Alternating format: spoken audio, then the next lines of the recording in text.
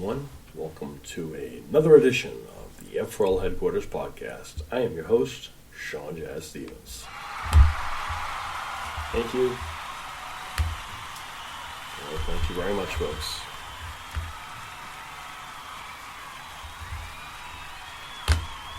Thank you. Thank you very much. All right, folks, we're going to jump right in here, and let's start at the top of the hour with the biggest thing right now, as we are just a couple days away, a couple days removed from the 20th anniversary. Is that right? 20th anniversary of 9/11. It's hard to believe that. It's really hard to, fathom. I think it was actually 22. I guess I thought it. Anyway. Seems like yesterday that we had 9/11, that, a lot of people who, were around back then always are reminded about what that day felt like. They kind of remember where they were, what they were doing. I think what you'll find in your lifetime is you're going to have and run into moments like this throughout your lifetime. I've had I don't know if it's a blessing or a curse. I've had this happen a few times. Some big moments that I witnessed as they happened. When I was a little kid in the 80s, in school, we watched the Challenger explode in school. That was a earth-shattering moment to a lot of people. At that time, I was, a young kid, and I didn't really understand the dynamics of what had happened and whatnot. I, of course, understood what had happened. I watched it. I think at that point I was already kind of aware of how life worked, so I was kind of already understanding of how valuable it is. But unfortunately, that was a moment, and then years later, 9/11 happens. And, what's interesting about, when we talk about 9/11, in order to tell my perspective of that, I have to go back to the summer of 9/11, of 2001. In the summer of 2001, I was working for a day program for adults with mental illness. I was helping them as their social program coordinator. So my job was to really get these people, get them integrated into regular everyday society, so they shouldn't feel stigmatic and they shouldn't feel like they're isolated, and they should have the same opportunities to go to Red Sox, to go to games, or concerts or whatnot as a group, as a family, make new friends and so forth. So that was kind of my job as a volunteer, and I was part of that organization for quite some time. Even at that point, because at that point I had kind of started that role when I was about maybe 19. So right out of high school, I came to work for them for a little while. Of course, I would, become the pro wrestler that I was, and I became that. And when I wasn't, wrestling on weekends, that's kind of how that works, I would, work there during the week. It was very fulfilling work, and in 2001 they asked me if I would be willing, in summer of 2001, they asked me if I'd be willing to go to what they called the International Clubhouse Conference, because what the day program was considered as a clubhouse. That's what kind of the model that they followed. And these places actually exist all over the world, these kinds of environments where people can, this is for young adults and adults with mental illness. And really what this is a way for people who are struggling with mental illness to not feel excluded. It gave them tools to go back to school. It gave them tools to, like I said, have a social time, help them go to get work, valuable work experience and so forth. It was really a way to kind of, again, get those people into those things that they shouldn't be excluded from. So my role again was to, make sure all the fun stuff is happening, which I took very seriously, and I did very well. And of course, when they had asked me, I was going to be part of a 10-person team to represent our clubhouse, which I was honored to do. They were having delegates from all over the world at this convention. This convention is more of a conference than it is a convention.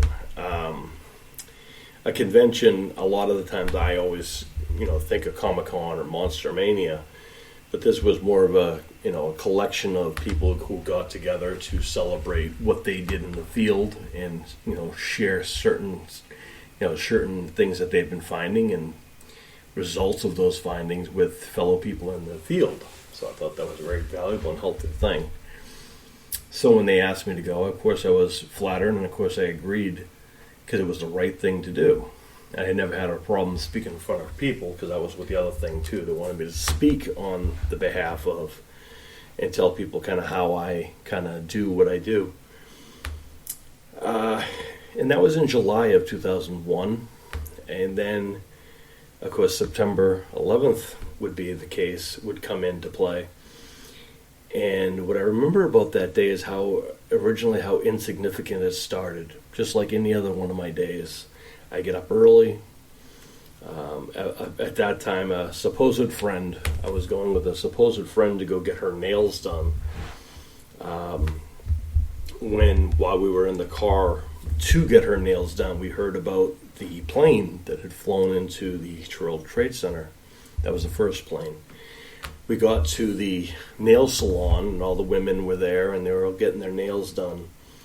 And I remember we watched collectively as the second plane hit live while we were all watching.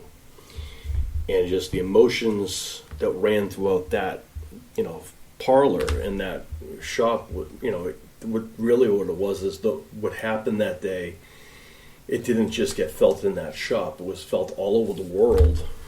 And it was a time it was a point in our time that we thought was the darkest. It was a scary time, it was a sad time. We mourned the ones we lost, whether we knew them or not. You'd have to be you'd have to be someone who had no feeling not to feel something for remorse or sympathy or something.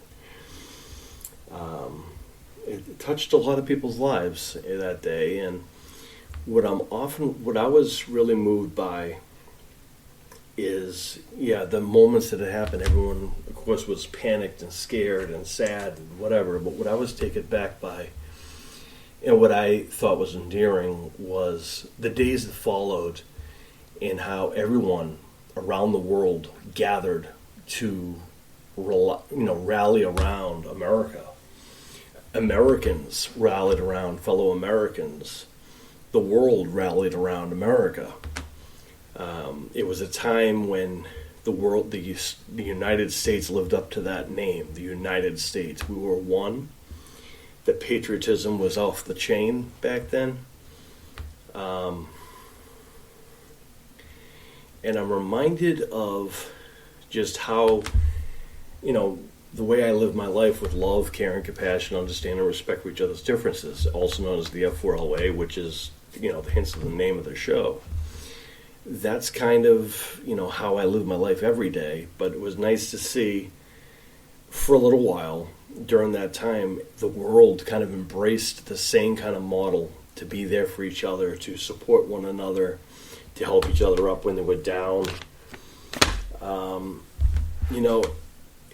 It was a sad time, but it was also a time that we were reminded that people can be resilient and that people can go on, and that so many people drew inspiration and strength from this.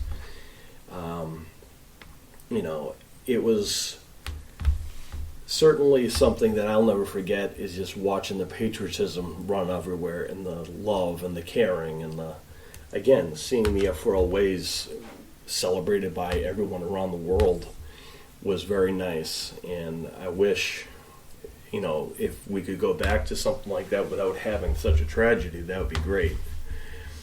Unfortunately, since then, a lot of things have changed. People still don't forget 9/11. People who lived around for then, I believe the kids today are learning about it who weren't around then. My daughter was only a baby when 9/11 happened. My son wasn't born yet. And when my son asked me about 9/11, of course, it was my duty, as a father and as also an elder, as someone who believes in not lying to my kids and believing to be honest. I, shared with him what it was like that day, and, I showed him what I could find of that. And the sad part and also the enduring part is how much there is to find. A long time, that was all the people could do, because at that time people didn't know what to do. But what I remember most is a couple days after this, me specifically, we all took our own stances, and the way I had to do it is, the day program came to us, the company that I was working for, and said, well, do you guys still all want to go? Originally it was 10 of us, remember, and because it involved flying to Chattanooga, Tennessee, at the end of the day, only 2 of us decided to still continue going to represent our clubhouse. And, excuse me, and the feeling for that, my explanation for that was I was not going to let these people, these terrorists, this negative people, ruin what should be a good thing. We should be celebrating that we're all coming together as one to take care of one another as far as that goes, and that was something that was already set up before the events that took place between a bunch of cowards who took over a plane and everything else. I can't change what happened in the past, but what I can do is take control of my future and what I'm going to do. And my family, of course, my blood family, were not supportive of it because they were never supportive of any of that. A lot of these things. They didn't understand why I would give up my valuable time to help other people to begin with. No one, all these other things they don't believe in. But, in all honesty, the F4L way would tell me to do the same thing. So, of course, I flew to Chattanooga because I wasn't going to be scared into a corner or allow it to overtake me and keep me from doing what I believe to be the right thing to do.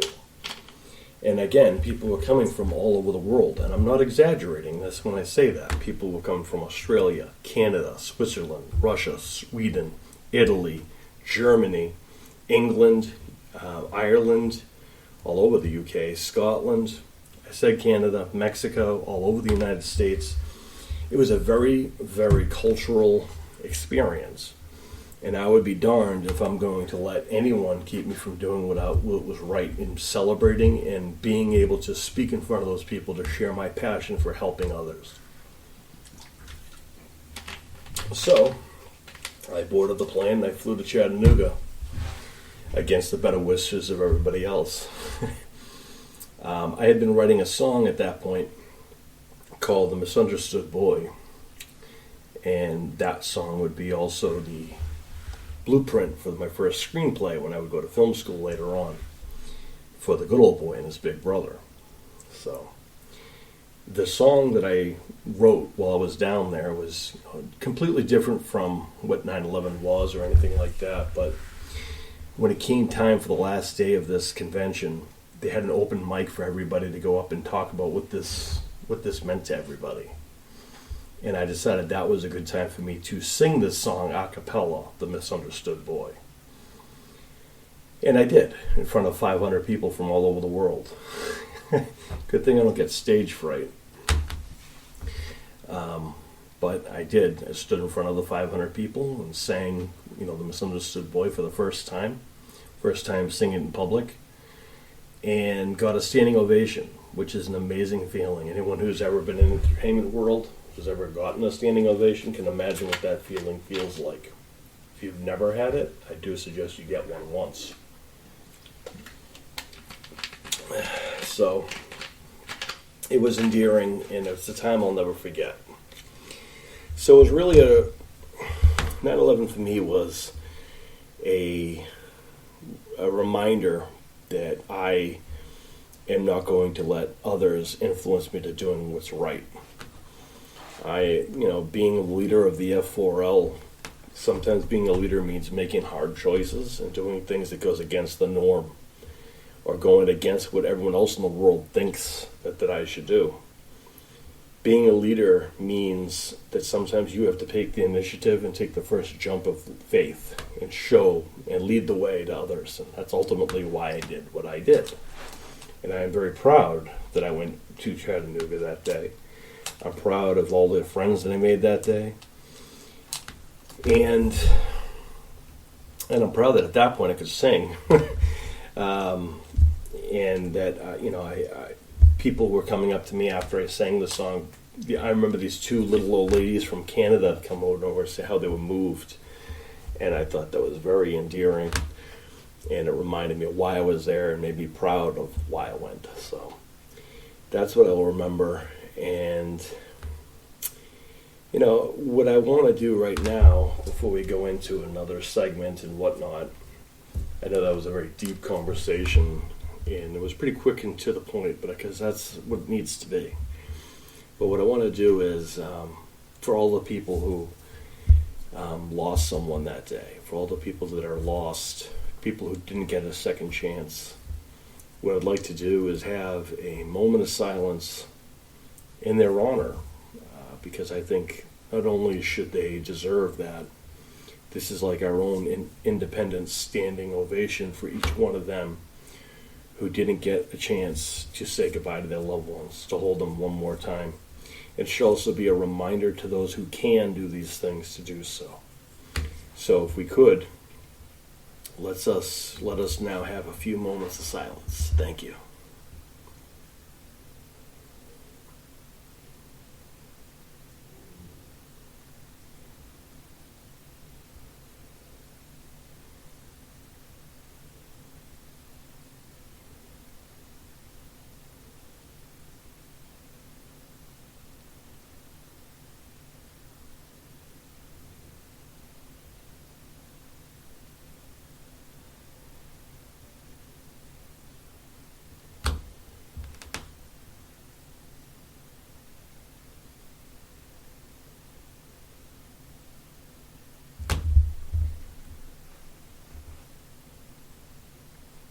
Thank you. Ants, take us away.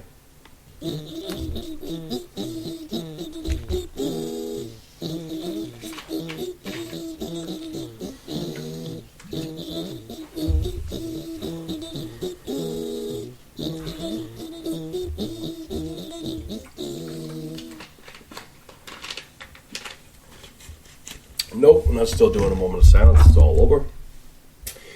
All right, folks.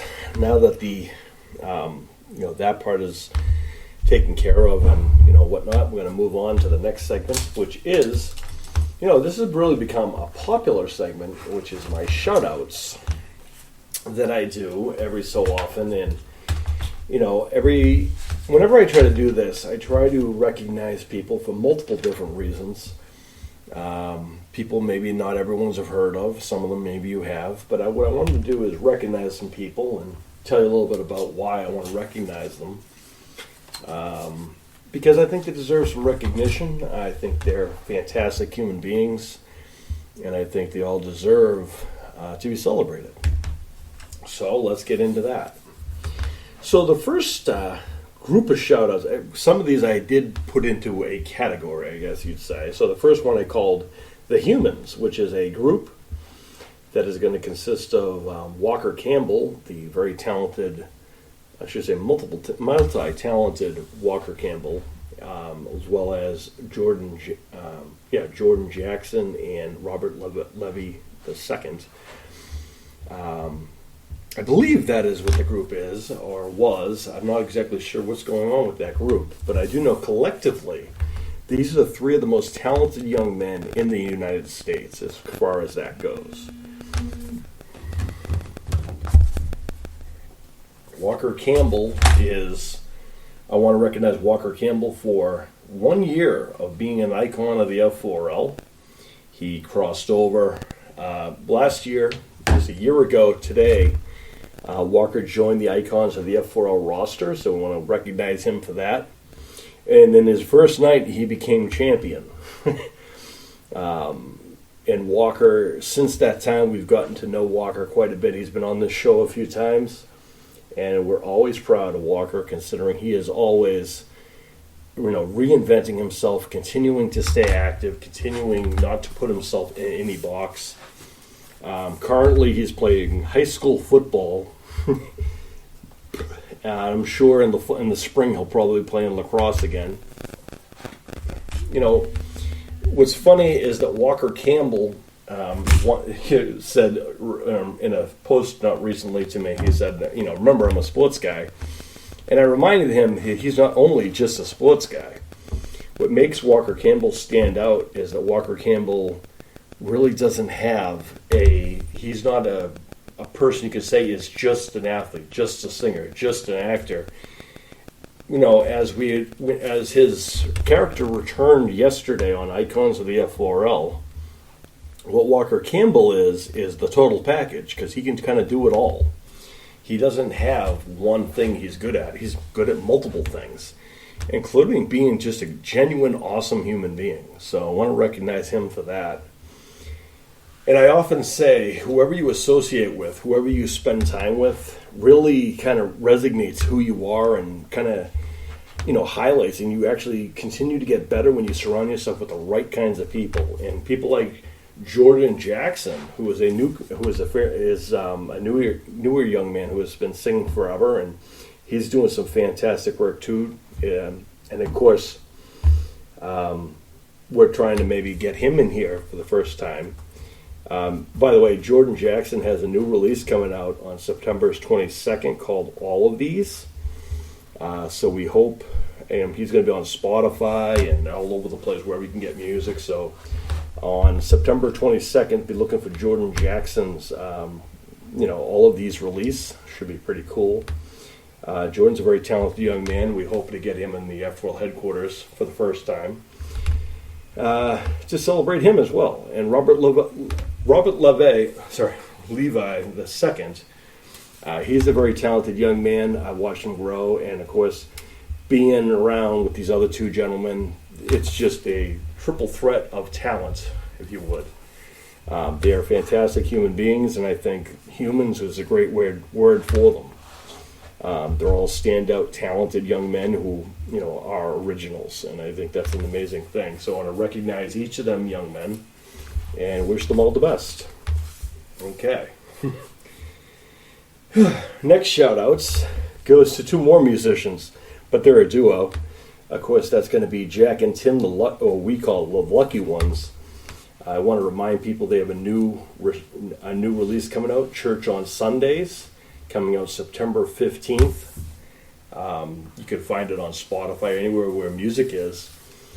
Jack and Tim, the father-son duo from Britain's Got Talent, Golden Buzzer winners. Been on our roster for a long time, tag team champions, multiple times over. And, we always recognize them for always being stand-up and always continuing to work together, and reminds us that you can work with family, and it's not a drag to do things with your family. So I think that's an important message. Along that line, we want to recognize Grayson, the Super Duck Russell, who also celebrates 1 year. Happy anniversary, Grayson, the Super Duck Russell, and Angela Russell, for 1 year of being on Icons of the F4L in their own different genres.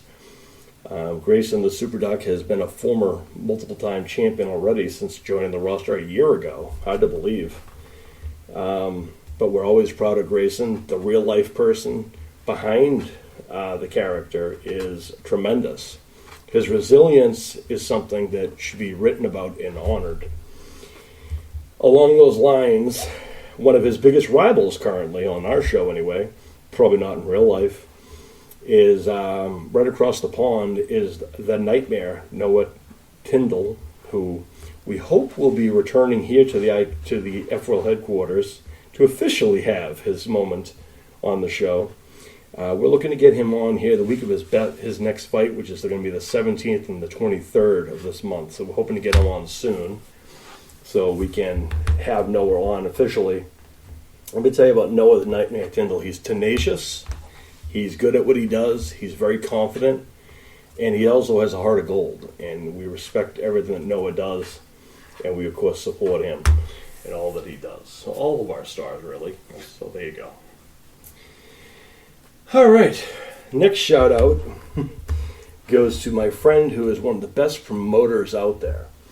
And also an F4L brother and someone who has always been there for me, and that's Dave Hagen of the Monster Mania convention, which is coming up next month. And it was announced recently that this upcoming Hunt Valley show will be the very last show at that Hunt Valley location that has been home to Monster Mania fans for years. They're having their last one coming up this month.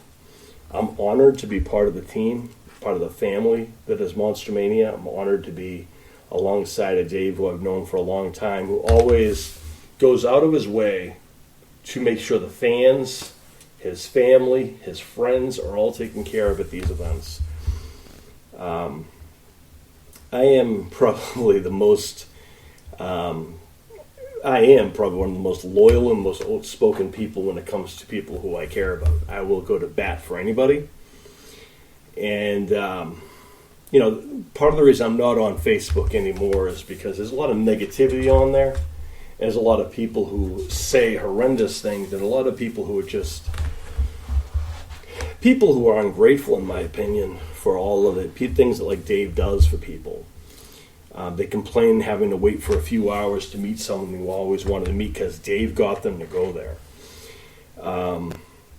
But I want to say, Dave has always been a stand-up guy. He's always, doing what he's got to do. And something I wanted to say, we've had, when it comes to this podcast, way back when I first started this endeavor, was back in 2020. And back then, me and Dave was one of my guests on in the early days of this podcast thing, and Dave was upset because he couldn't wait to get back to the convention thing. He missed the people because the people were like family. It is an unofficial family reunion going to these shows. And what I wanted to say is how amazing it is that in 2020, what are we going to do? And Dave never stopped working towards getting back to those things. And when he could get things back together, he not only brought back Monster Mania, he crushed it. He brought Monster Mania, he brought conventions back to life, and he's done a kick-ass job, pardon my language, since then. Bringing the best roster, the best people back and on for the fans, for everyone. Just an all-around great guy for what he does. So I want to recognize him for that. Along those lines, I wanted to recognize a few other people who I'm hoping that at Monster Mania we'll get to see. One of them I know for sure we will, and that, of course, is Corey Feldman. Corey Feldman, who is going to be at Monster Mania next month. When people ask me, when I go to these shows, what is it about going to these people that I, partake in? Is it about the autographs or the pictures? It's not. It's about thanking them for their contributions or whatever I got out of whatever something they did. It's about me recognizing them for their talent, for what they bring to a table. Corey Feldman actually is someone who, in all extents and purposes, he's someone who gave people like me hope. I don't mean to be an actor or to be in the entertainment world. If people don't know the backstory of Corey Feldman, I'm sure there's tons of books, there's plenty of interviews you can take.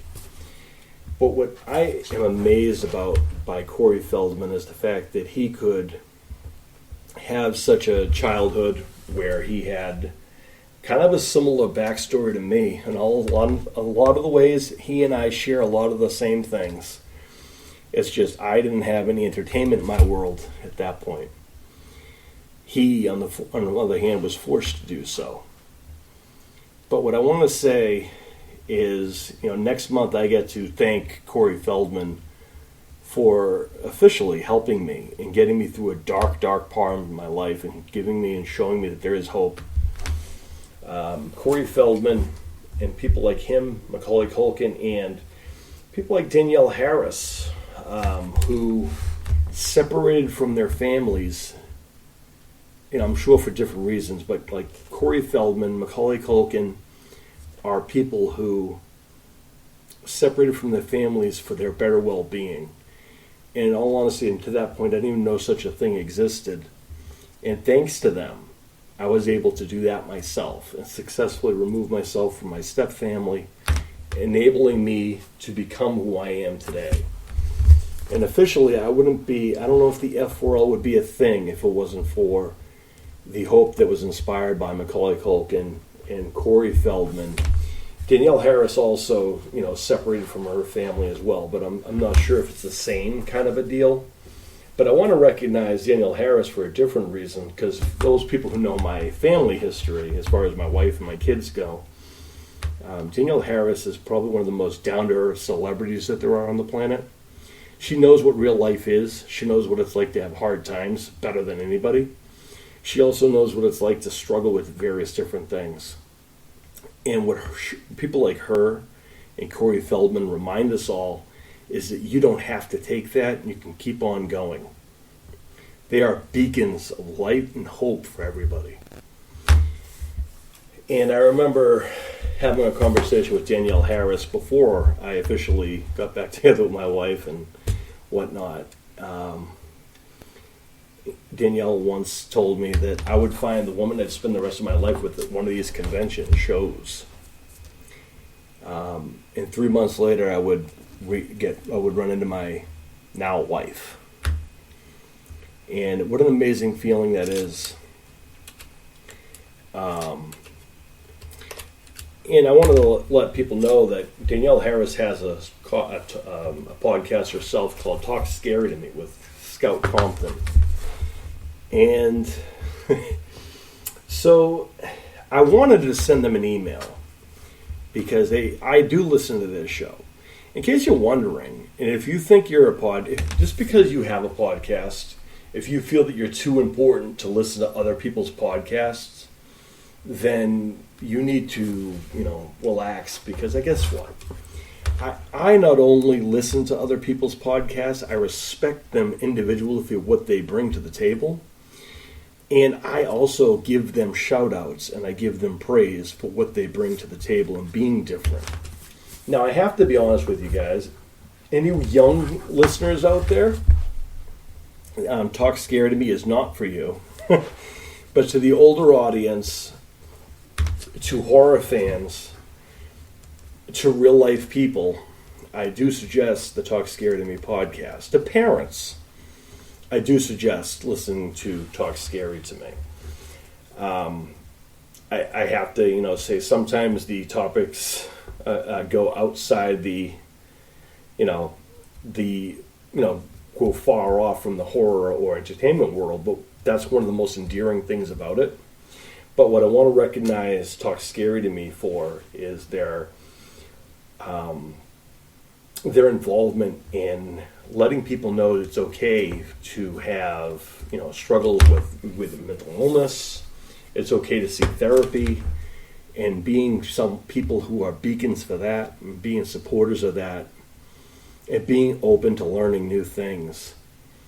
These women are two of the most hardest working women in Hollywood, who probably most people don't even bat an eyelash at of. Outside of the horror community, the horror community embraces these women because they are icons.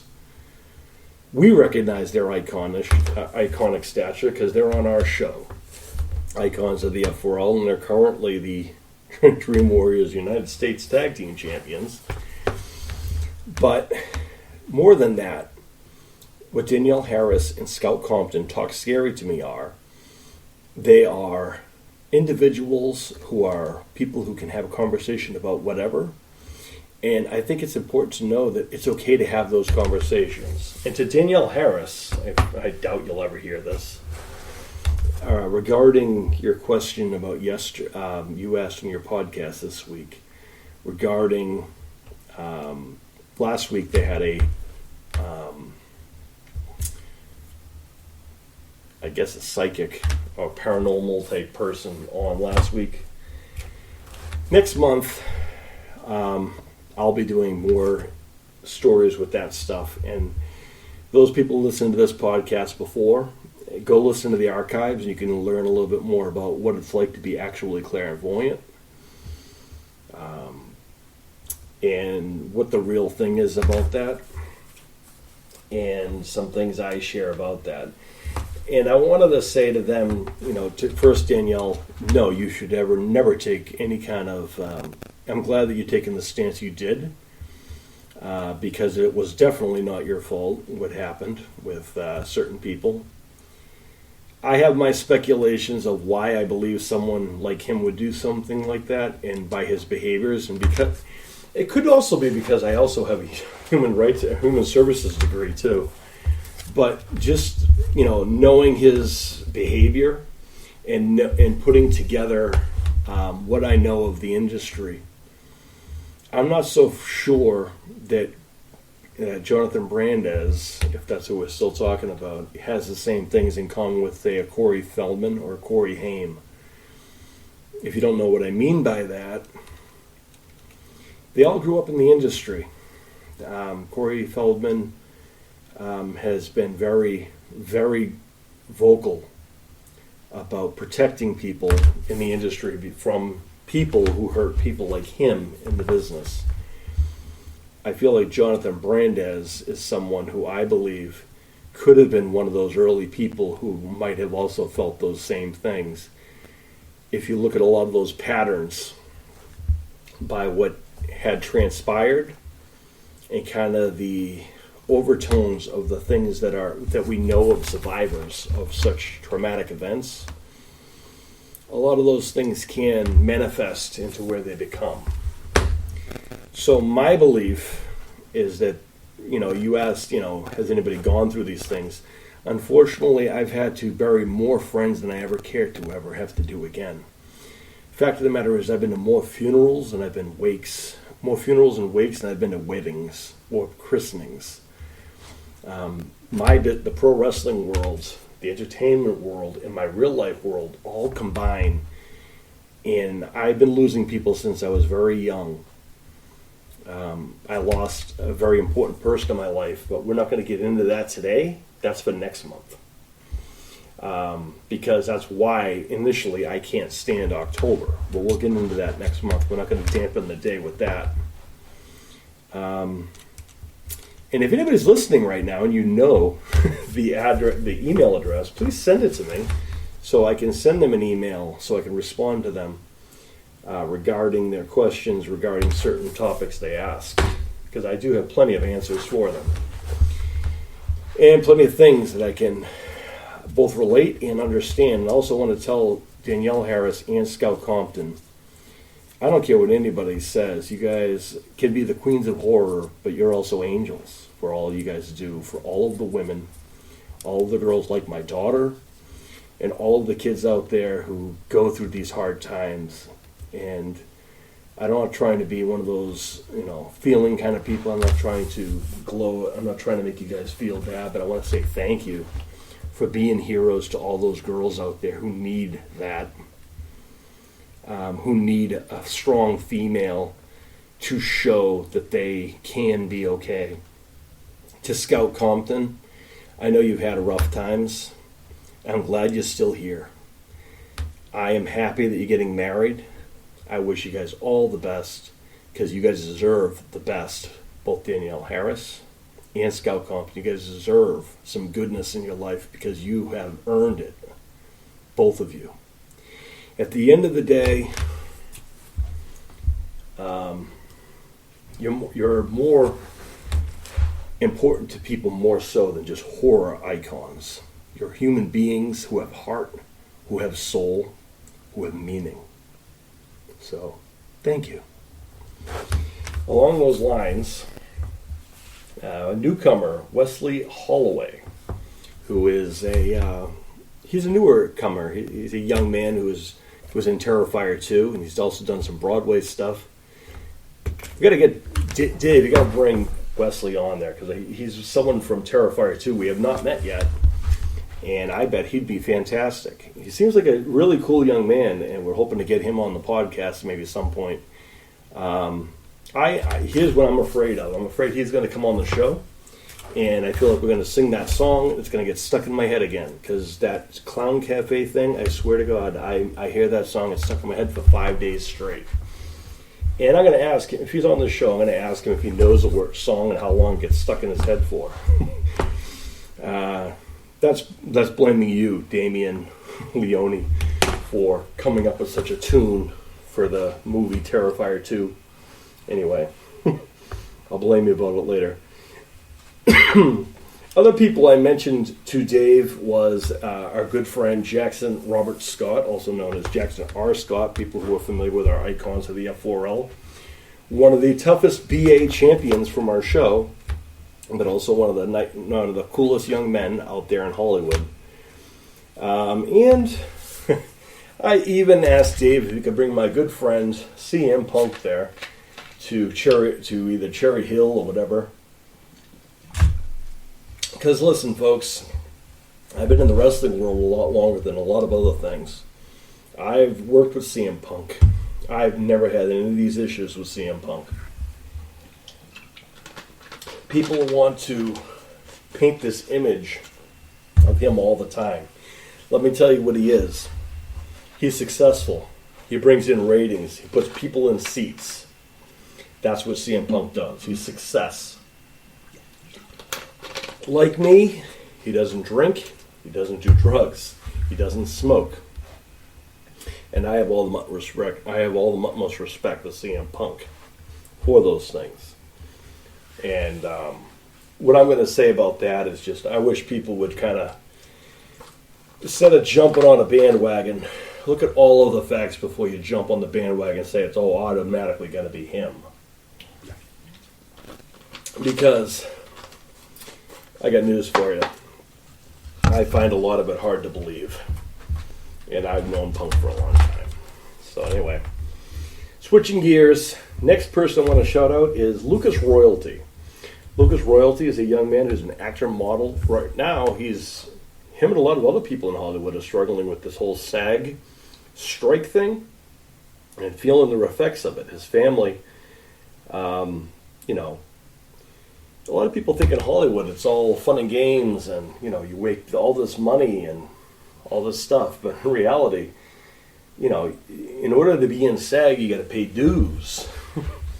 And you pay dues to get the insurance. And these things cost money. And, these things, when you're not working, you don't get money. And with this strike, they're really having a hard time. And Lucas just started school recently, going to actual school, and he's doing really well. So we want to see if we can help Lucas stay in school. So if you are someone who is willing or can help Lucas and his family, who are in a hard time right now, just kind of getting ends meet because they're in Hollywood, they need help, and that's okay, because sometimes that happens.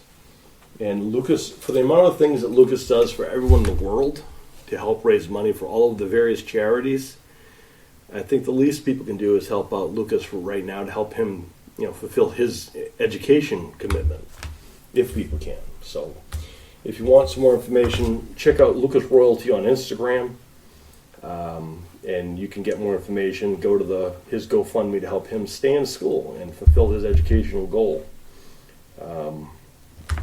We believe in Lucas, and Lucas actually lives the F4L way without even knowing he lives the F4L way. So we celebrate Lucas Royalty, and hopefully people can help him out. And we send him and everyone else who's struggling with this, strike thing. We send you guys all our best, and hope you guys all get through it soon. All right, again, switching gears. So I want to recognize people who probably don't know. Actually, unless you watch our shows. If you watch our shows, you might know. We're not going to go into big things, but Rena and Mike Lewis. So Rena is a family friend of ours who my wife went to school with years ago. Her kids and our kids have been friends for years. In fact, our daughter dates her son. And my son is pretty much best friends with her son, who are the same age. So these people are really like extended family, really. And Rena, I'm very happy to say, is getting married on Sunday, and we want to wish her all of the very best, her and Mike. Rena has been one of the most devoted mothers I've ever known. She is tough, she's funny, she likes to have fun, she's adventurous, she's real, and she's done it by herself for a long time. I don't think Rena gets a lot of the recognition she deserves sometimes. What she does is amazing. She's raised not only her kids, but helps take care of everyone else's around her. Mike's coming in to help Rena and finally give Rena some happiness. Rena deserves some happiness. Mike deserves an awesome woman. Can't get better than Rena, because I have my wife, so she's already taken for us. So if you can't have my wife, you could definitely have Rena, who is just as awesome, just as cool, just as epic. When I say that she's successful, I look at all of the successes she has done. She has raised her son Damien and her other daughter Leanne. Leanne is a tremendous professional workaholic. She works a lot, she's dedicated, she's hardworking.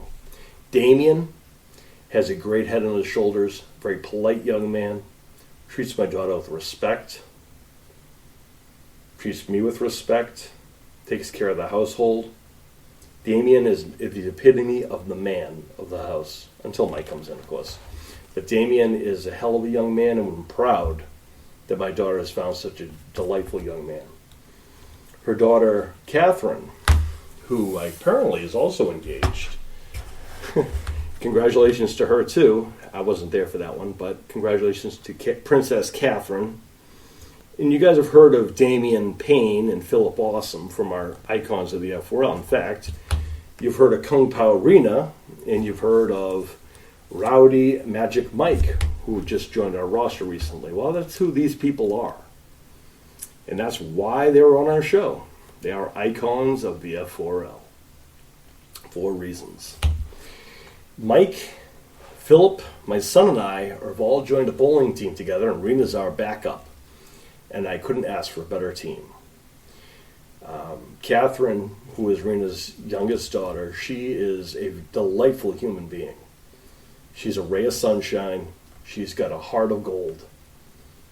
And Philip may be one of the most misunderstood young men of the whole family. I recognize Philip for his genius that he is. Some people a lot of people sometimes can look, on the surface things, but when it comes to Philip, I know that there's a lot of good things in that young man. I have a lot of hope for him. I think he's tremendous at what he does. And I think he's going to be just fine. He's always, he's knowledgeable about things. And I'm proud of all of these people. And I'm proud to include them as extensions of our family.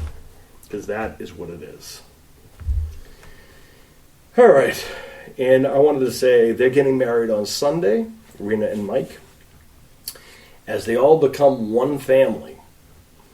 And I wish them what my wife and I have, happiness and joy. We're celebrating 5 years of marriage coming up soon, officially 5 years of marriage coming up next month. Rena was there for our wedding, as the rest of her family was. And we're going to be there when she walks down the aisle as well. And I hope for them what my wife and I have, which is, at the end of the day, thick and thin, you have each other. You're one. You have a family. Thank you. All right, changing the subject. Let's talk about Eskew in Providence. Eskew in Providence is my home away from home when it comes to stand-up comedy. I do suggest you guys go down and check them out. If you're in Providence, on Mondays they have an open mic for musicians. They also give out meatball subs, apparently. Tuesdays, you'll see me doing stand-up comedy, and you're welcome to come up there and join if you want. some of the best up-and-coming talents and people perfecting their craft. I'm fine-tuning things before I go back and take over America's Got Talent next year. So, they've really been helpful in my, including me in that thing. Now, those people who know and listen to the show, that I'm kind of lame, I guess, in some senses, where I don't drink, smoke, or do drugs or any of those things. So whenever I, went to a bar, I never thought I'd go to a bar or a club because what am I going to do there? Drink water and soda or coffee? Well, that's exactly what I do. I drink water, coffee at the bar. And what's awesome is that I'm not made fun of there for the fact that I don't drink or pressured to do so, and I honor that and I respect that about them. It's a place for people to go and just be included. I never thought a Cheers was a thing, but I guess Providence has their own Cheers. It's called Askew in Providence. Go check them out. And speaking of places and locations and so forth, those people who listen to the show, you guys know about our coffee intake. Deadly Grounds, Brutalities, especially both of those groups, both the Deadly Grounds and Brutalities, they have their own arenas on our show, as does Eskew.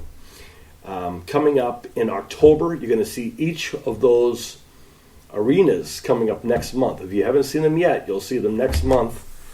The unveiling on Icons of the F4L of these specific arenas for Deadly Grounds, Brutalities, and the Eskew all have Icons of the F4L official arenas. So we're excited to host our shows at these locations for you guys and entertain our masses around the world.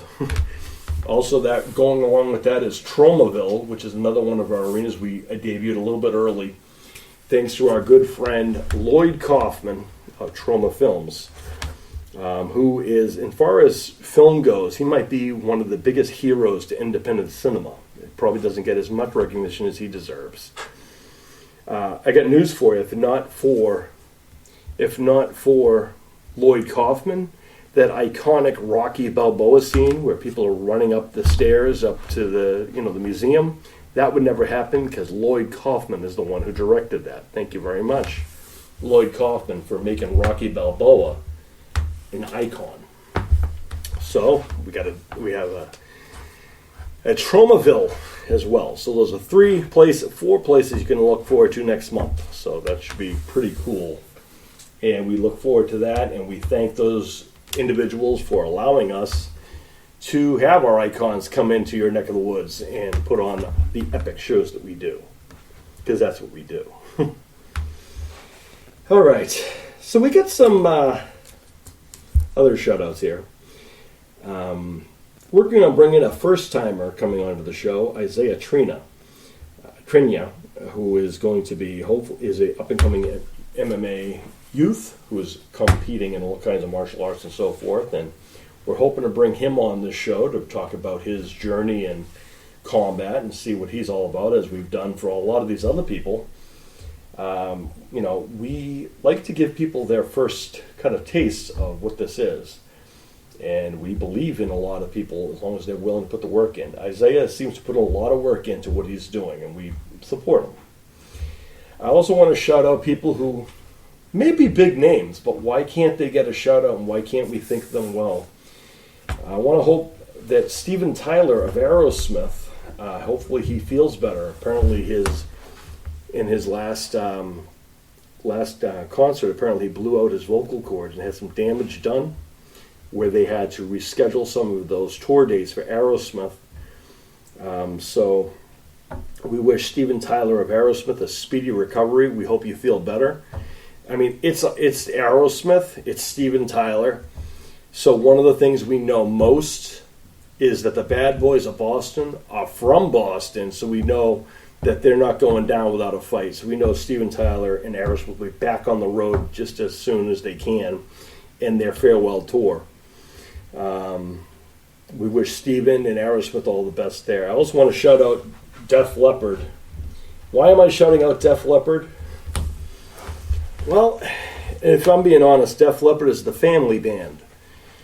because that was the first concert we went to as a family. It was Def Leppard, Tesla, and REO Speedwagon when I took the wife and the kids to their first show. I know, right? What a show. Spoiled kids, I know. So Def Leppard has always got a special place in our family's heart. Hopefully they're doing well. They're also touring. Metallica, of course.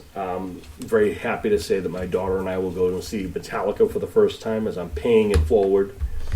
My son is not into loud music or pyrotechnics, so my daughter and I are going to go rock out to some Metallica next summer when they come to my area, so we look forward to that. Although I can tell you that my daughter's son and I will be going to see my good friend Dane Cook in Boston next month, or my son's birthday month in November. One of the coolest things about coming from my neck of the woods is the people you associate with, the people you meet with on your journey to where you are.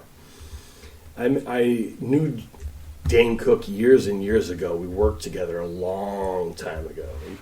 I don't even know if he remembers who I am, but I was there for his first special, and when he first did a show in the Vicious Circle in the Garden, I was there to support my old friend Dane Cook, and we used to joke around a lot about the fact that I was going to be a wrestling champion. He was going to be the next Andrew Dice Clay, which is funny because he did succeed in becoming a comedian. He sold out Boston Garden, a bunch of other places.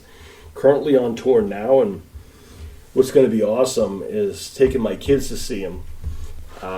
My daughter and I saw him, a year or so ago, but now we're all going to go see him, and my son's birthday's coming up, and my son actually insisted on building Dane Cook for our Icons show.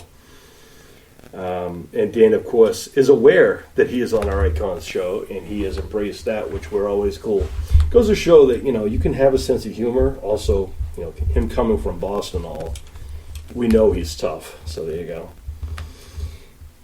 And nothing but respect for him.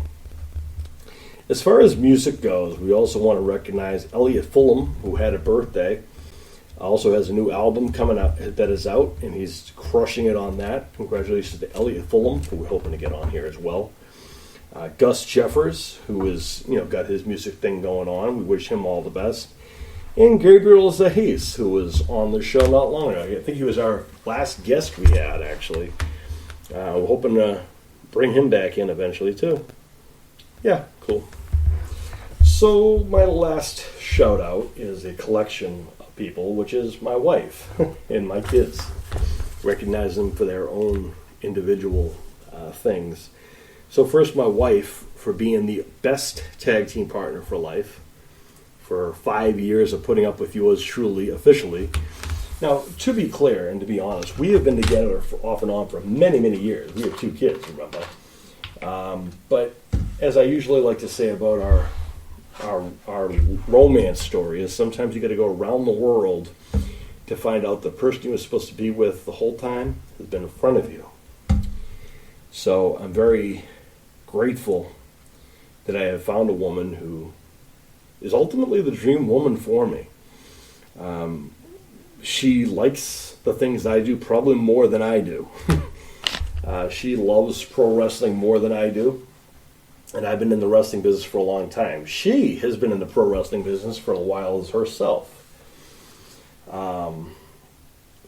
But my wife is a hard worker. She's a dedicated mom. She puts up with me, so you know that she has patience of a saint.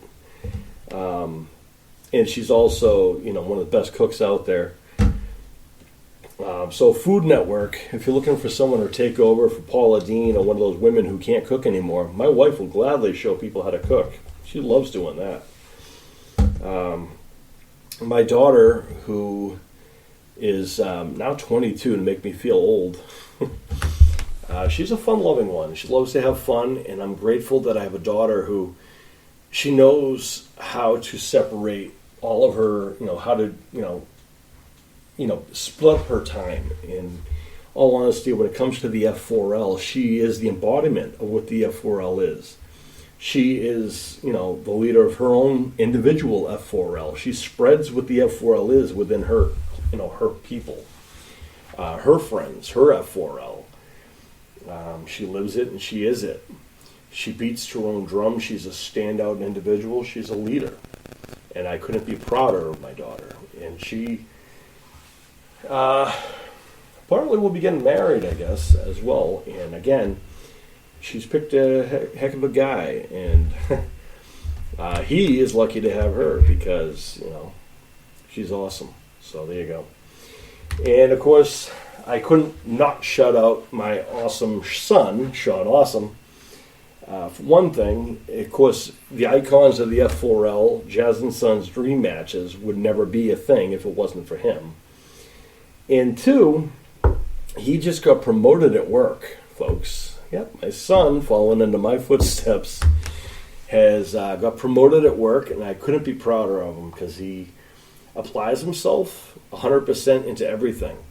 He could be exhausted. He's still going to show up.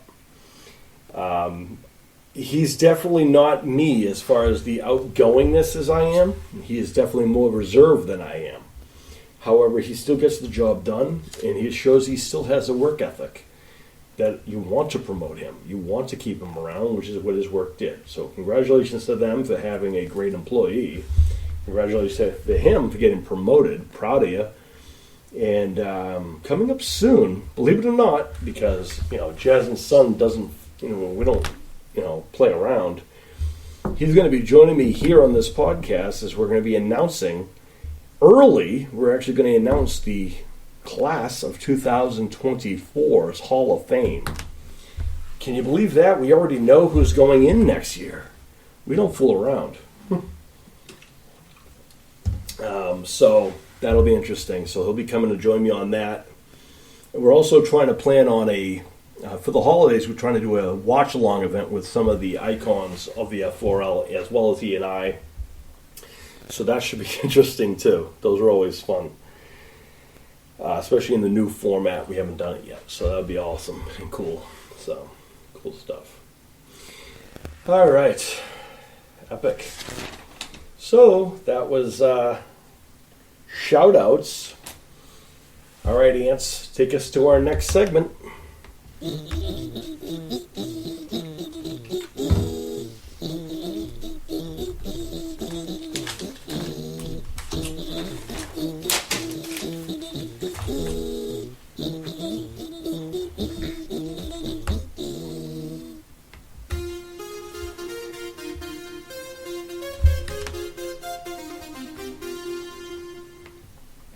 Yes, folks, it's movie review time, folks. Movie review time. No, we're not gonna review Beverly Hills Cop. Sorry, we're gonna review The Nun 2023.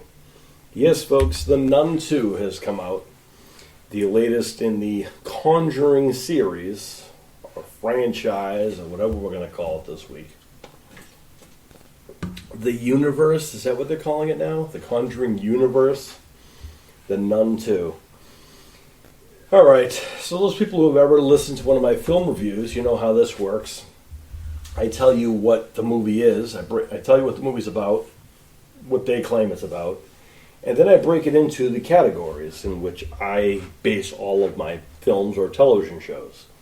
Those categories are story, characters and the casting, locations and the time period and settings, and then last but not least, the feeling of the overall at the end of the day. So I'll explain those as we go through them. So The Nun 2023. Yes, yet again, another Conjuring, folks, because, we need the nun to come back, because we need more nun, apparently. So, let's see. One second, folks. So let me give you guys the plot of this epic, brand new encounter. The Nun. All right. So, this is The Nun 2. Ready? I love, this is the explanation that they give. In all honesty, it's probably the best one they can. In 1956 France, a priest is violently murdered. And Sister Irene begins to investigate. she once again comes face to face with a powerful evil, which, spoiler alert, is Valak. It was directed by Michael Chaves, stories by Akila Kupa. All right, so that's call it kind of that deal there. That's what the plot is about. So let me explain how I kind of rate movies and how I kind of break movies down, or how I, critique them, if you would. And before you say anything, well, what do you know about movies? You're just going to give a film review. I am a filmmaker as well. I know how to make films. I've made the independent films. I've written several scripts. I've also specialized in helping cast films. I've also done location scouting as well. So very well versed in the art of filmmaking. So I guess in that sense, I'm very good at what I do. I'm very blunt and honest. I tell it how it is. I don't candy coat things. That's kind of always how I do everything. So let's break down the plot first, because that's the first segment, right? So the first part is the plot and the story. Does the story make sense? Is it believable? Is it easy to follow? That's kind of what that first thing of any series, a thing I look at. In this sense, this is a sequel to The Nun. What I think is funny is originally when they had written the original one, the original Nun, did not do well at the box office, which I thought was funny because the description of the original of this segment here that I had written was the smashing hit, the sequel of The Nun. The problem was The Nun was known as a flop. It did not do well on the box office, The Nun. Actually, to date, it is the null of the Conjuring universe thus far, so you know. So we're breaking down the story first, and is the story easy to follow? Really, it's the same story, ultimately, at the end of the day. It's a balance, it's a fight between Tessa Farmiga, who plays Sister Irene, who, if you remember last time on Nun, she's the one who fought the nun, or Valak, as we know her to be, or the demon to be. She's joined by Storm Reed, who plays Deborah, who is also a sister in this thing. She's also a nun, but she doesn't get called a nun for some reason. She's not called a sister. She's just Deborah, apparently. But Tessa Farmiga, who is the sister of, Irene Farmiga, who is the one who kind of, she's the one who is Lorraine Warren in the Conjuring universe. That's why she's playing young Irene. Here's the problem I have with this. Who is this Irene supposed to be? Okay? So, we're taking just The Nun and The Nun 2 now, because now we know both movies. I'm not going to spoil everything. You want to see them by all means. But Tessa Farmiga, who is, again, the real-life sister of, the youngest sister of the woman who plays, Elizabeth Warren in the Conjuring universe, in the series, she looks just like her sister. Granted, she does. She does look like her sister. Great. But who is she supposed to be? Are we supposed to believe that she is Lorraine Warren? Because I don't know what sense this makes. I don't know why we're following this Irene and what importance she has later in this Conjuring universe. Sure, she looks like Elizabeth. She looks like Elizabeth Warren, who we know, to be her sister, the actress who plays her. But who is she supposed to be? Now, in this series, so she's a nun, a young nun. The first one, she's barely out of nun school. And in this movie, she's apparently an old wise nun that the Pope is looking for, this Sister Farmiga, who looks maybe all of 18 years old, who's supposed to be a nun. She's a nun herself, a sister. And apparently this Deborah, who is kind of struggling with her own faith, I guess you would say, or struggling with, I guess confession is what she's having an issue with. She's claiming not to have any sins as she's smoking a cigarette. Anyway, here's kind of how I look at the story. I don't know who she's supposed to be, this Sister Irene. She's clearly the star of this thing. She was supposed to care about her. And she's apparently the one who has the tools necessary to beat the demon Valak. We're also going to be reintroduced to Jonas Blanket, who is playing Maurice again. Maurice is the farmhand who, in our last time at the Nun, he is the one who kind of helped her at the end. Who we saw at the end of that movie, The Nun, he is the one who we saw at the end of that movie become engulfed by Valak. So, in case you're wondering, do I need to see the first one to get the second one? No, because the second one kind of goes over and kind of does the whole... It literally does a last time on The Nun, and they actually show a lot of what happened prior to... Almost like in a series, almost like a TV series. They might as well have had a voiceover that said, last time on The Nun, because that's what it felt like. A lot of it relied on old information we already knew. So Tessa Flamiga is someone who can actually see these demons. She can actually see and feel things that nobody else can. That's something maybe not a lot of people know. But I mean, apparently in this movie it's not necessary because everyone can see the same thing. Everyone's seeing all of these manifestations. So that special gift is not relevant here. And if we're going to look at the storyline, like who are the people we're supposed to care about, and what is the dynamic? So if Sister Irene and Deborah, which is played by Storm Reed, are the nuns who are trying to save Maurice, who is apparently possessed by Valak, again, that's a four-way right there. So that's ultimately where that is. But then they're doing this thing where there's a teacher. So where Maurice is working is a boarding school, apparently, for only girls, apparently. And, of course, because there's kids in it, there has to be bullying, because you can't have no bullies in a kids' movie, God forbid. No pun intended. And that's where we meet Sophie, who is a young girl who goes to this school. And apparently her mother is also a teacher at the school. Wouldn't you know how that works? And of course, Maurice has a crush on the mother, I believe. But this relationship between Sophie and Maurice, I believe, likes her mother.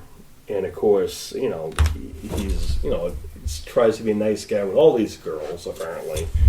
But Sophie seems to take especially a lot of interest in Maurice.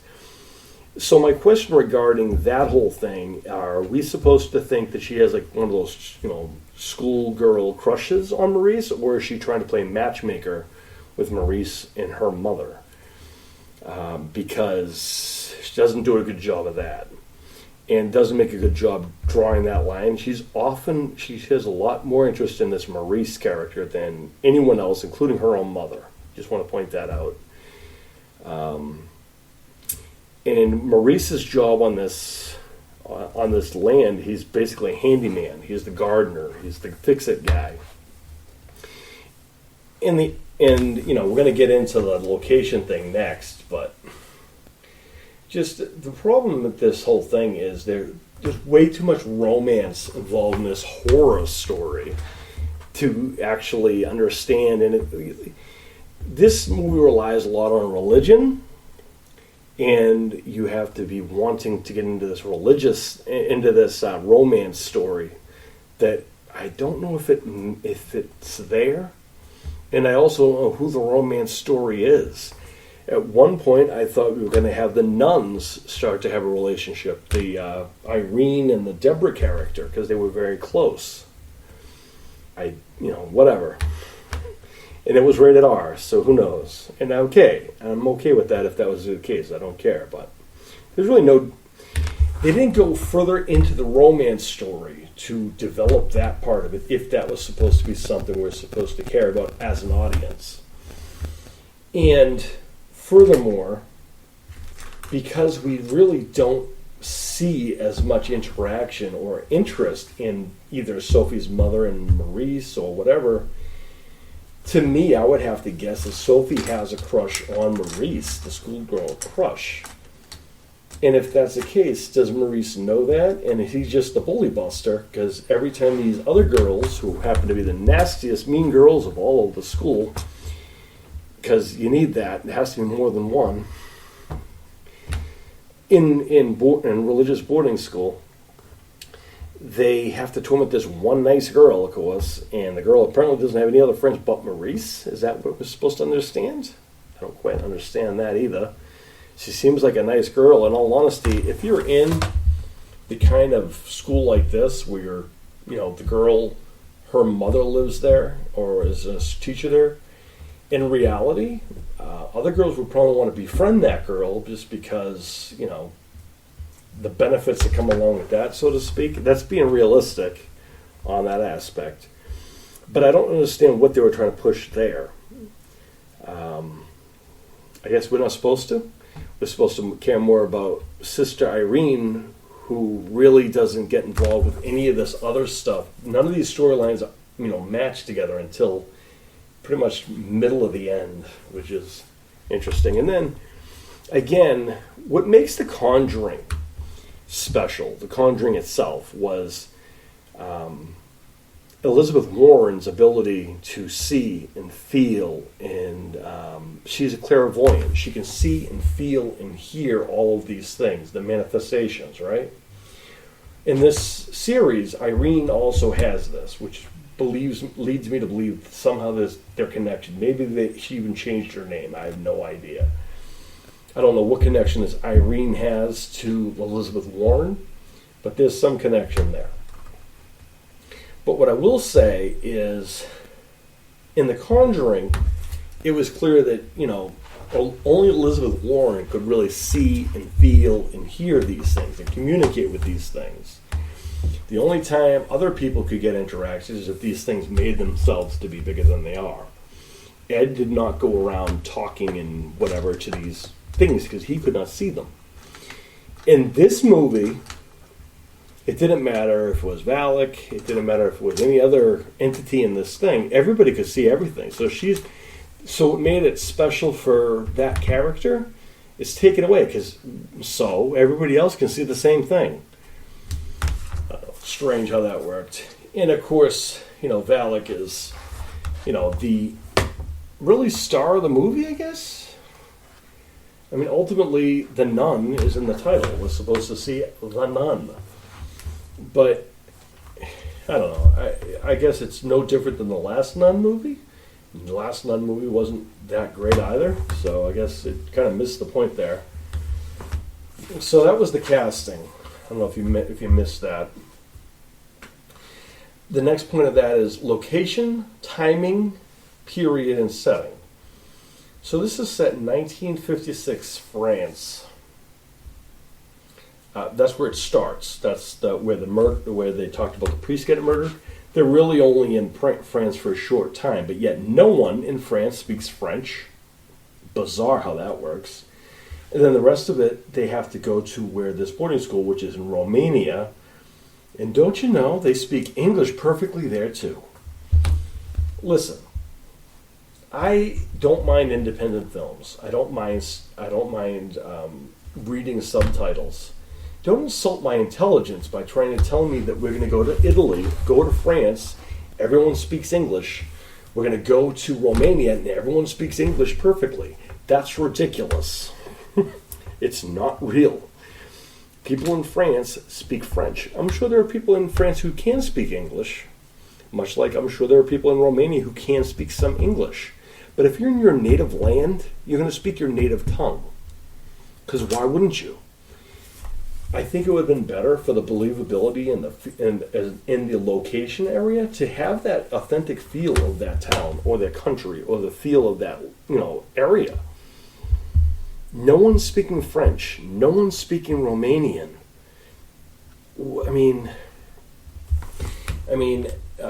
Sister Irene, I'm guessing she's English or American because she doesn't seem to have an accent. Deborah has a British accent, so I guess she's British, I guess. I don't get, how is this even a thing? Because, even if we're going to believe they're studying in the Vatican's in Rome, which is in Italy, then they would speak Italian. But there's no dialect here. It's all English perfectly, no issues there. And then the girls at the boarding school, all of them are English. They all have English British accents. Why? You're in Romania. There's no, that's kind of my issue, and that's kind of lost me on the location and the period. Clearly they're wearing, I guess the attire they're wearing fits the setting, but the people don't make you feel you're in France. They don't it makes you feel like you're just in either England or wherever else. You forget that you're supposed to be in Romania. You're supposed to be in France. There's no definition because everyone speaks perfect English, and there's no really perfection that anybody is from this country that you're going to school in. That doesn't make sense to me. So that lost it on me. So that brings me to the last point of any of my film reviews, is the overall feeling at the end of the movie. Because that's ultimately how any film should be. Whenever you go to see a film or watch a television show, you should have some kind of a feeling that is associated, good, bad, or indifferent. This film is supposed to be a horror film. I should feel some sense of dread, fear, scared maybe relieved, maybe, happy. This film, the overall feeling is, I'm indifferent. It doesn't feel like an ending. It just I feel like I watch an episode of a TV episode. That's what it felt like. I feel like it probably would have been just as effective to have a voiceover that says "Last time on The Nun." They might as well at the end of Last Nun said, next time, tune in next time, same Nun channel, same Nun, time, same Nun channel. Similar to the Batman thing we used to do with Batman. Same bat time, same bat channel, same thing with the Nun. Do the same thing, because it's no different. So I wasn't thrilled with the Nun. Good figure. There's no real feeling of anything different than I've seen the last Nun. Confused. I'll tell you what I was feeling. I was annoyed, but not because of the movie, because of the people in the movie theater, which is we are gonna go off on a little bit of a tangent over here. Well, thank you very much. I'm glad you approved. So, when you go into a movie theater, when you go into a movie, am I the only one that gets annoyed when people either talk really loud, become falsely? So here's the thing. This movie was so slow at times that people were constantly trying to make a noise, trying to get a reaction out of the rest of the crowd, because maybe they thought they were funny. Except they weren't. They were obnoxious, because they would yell at a time when it didn't make sense to yell. They were yelling to get someone else to yell because they were scared of the person yelling in the theater for no apparent reason. I think we've all been probably gone to a movie where you have that outspoken person who says, "Oh no, don't go up those stairs, don't do that, oh no you didn't." That's annoying to me, but I can live with it. I'm used to that.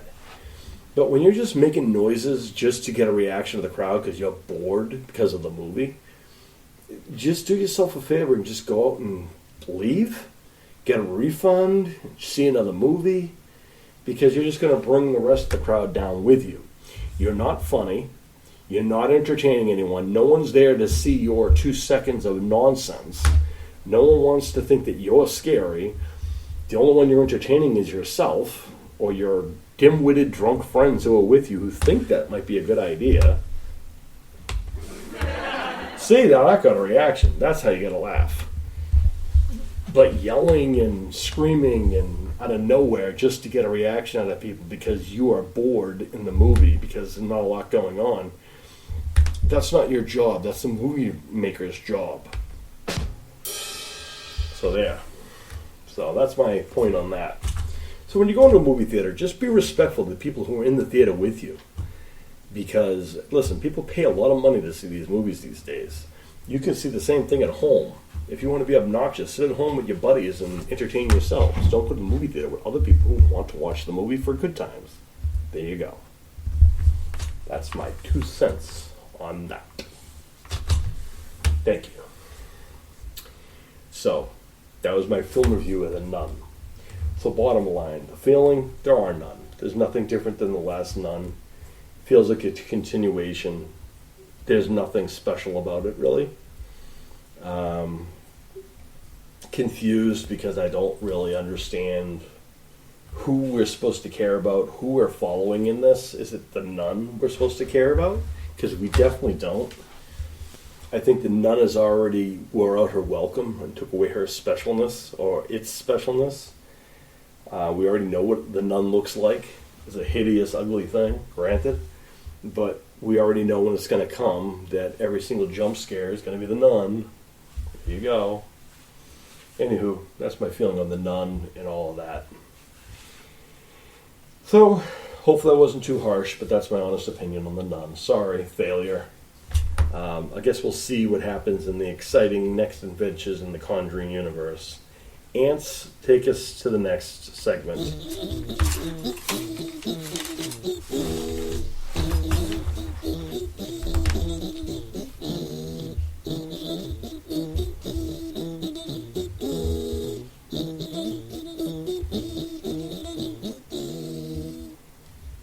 All right.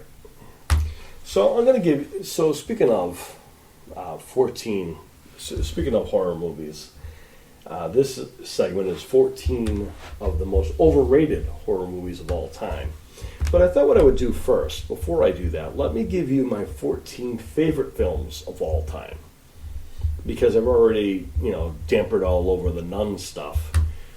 But I want to make sure I'm clear on some of these things. So let me give you 14 of my favorite films of all time.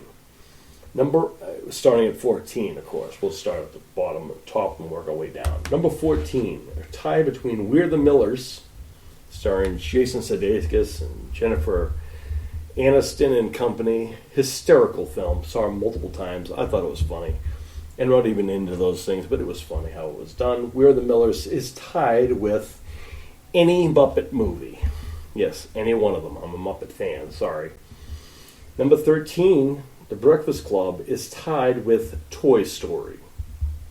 And then after that, everything's its individualities. So number 12, Spaceballs by Mel Brooks.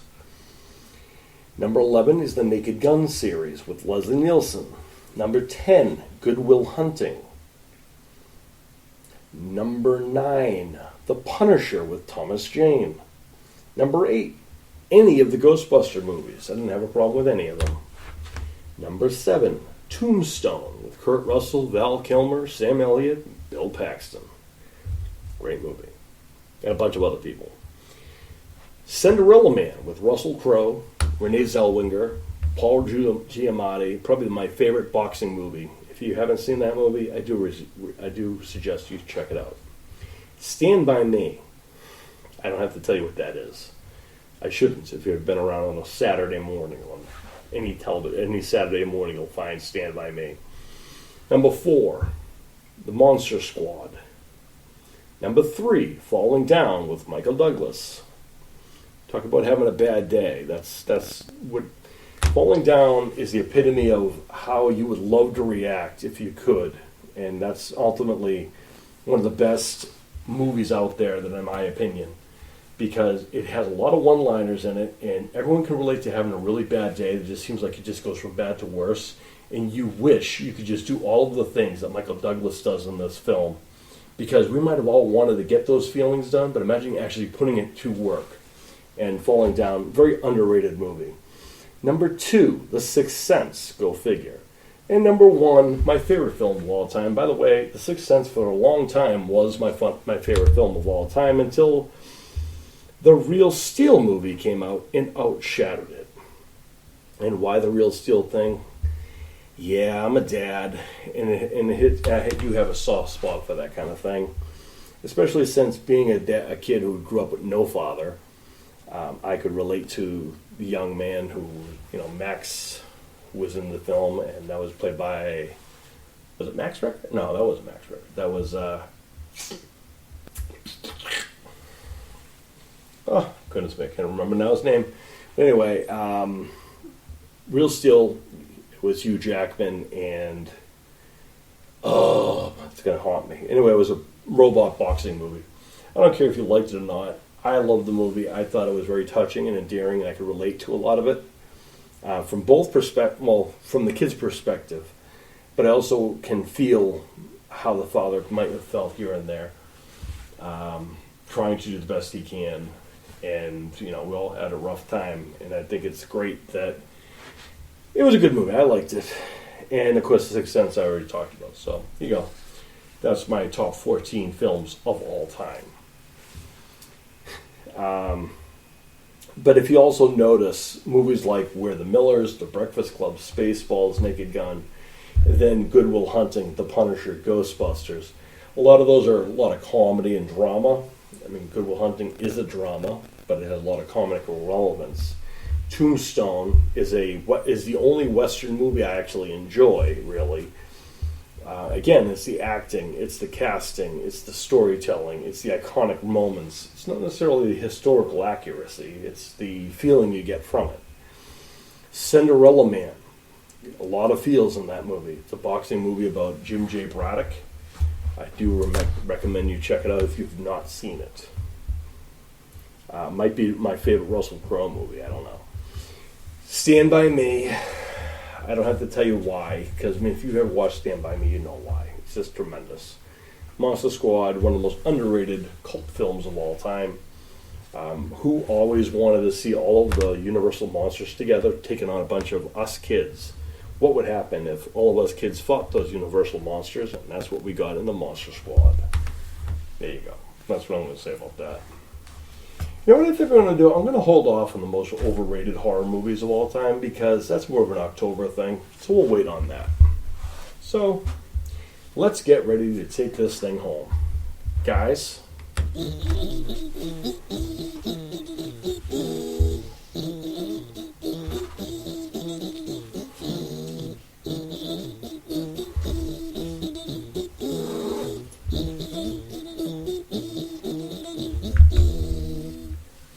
I want to thank the library that I'm currently airing from right now because why not?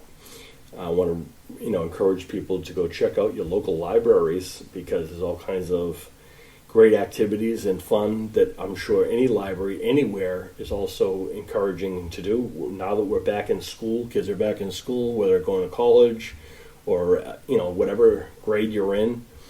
There's no shame in going to the library. It's a great escape. It's a great place to do your homework, to get studying done, to get peace of mind, to focus.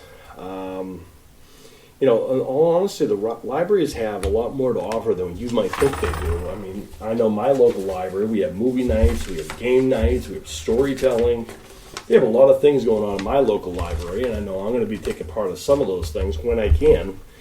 And, of course, the other thing is, like right now, I'm in a room that I'm available to do a podcast from. And, I think that's fantastic that they encourage such things. And I think it's also important doesn't hurt to read a book once in a while. Books were around before television were. That was the old school way to entertain yourself when you couldn't go outside and play, right? So it doesn't hurt to read a book once in a while or, there's multiple other things you can do in a library. So remember that, folks. Support your local library. And also, remember everyone else. And Thank you to everyone else who listens, and thank you to everyone else who I shouted out and know that I believe and mean everything I say. And for now, I am your host, the F4L icon, Sean J. Stevens, saying, may all your dreams come true. Peace, everybody. Thank you for joining me.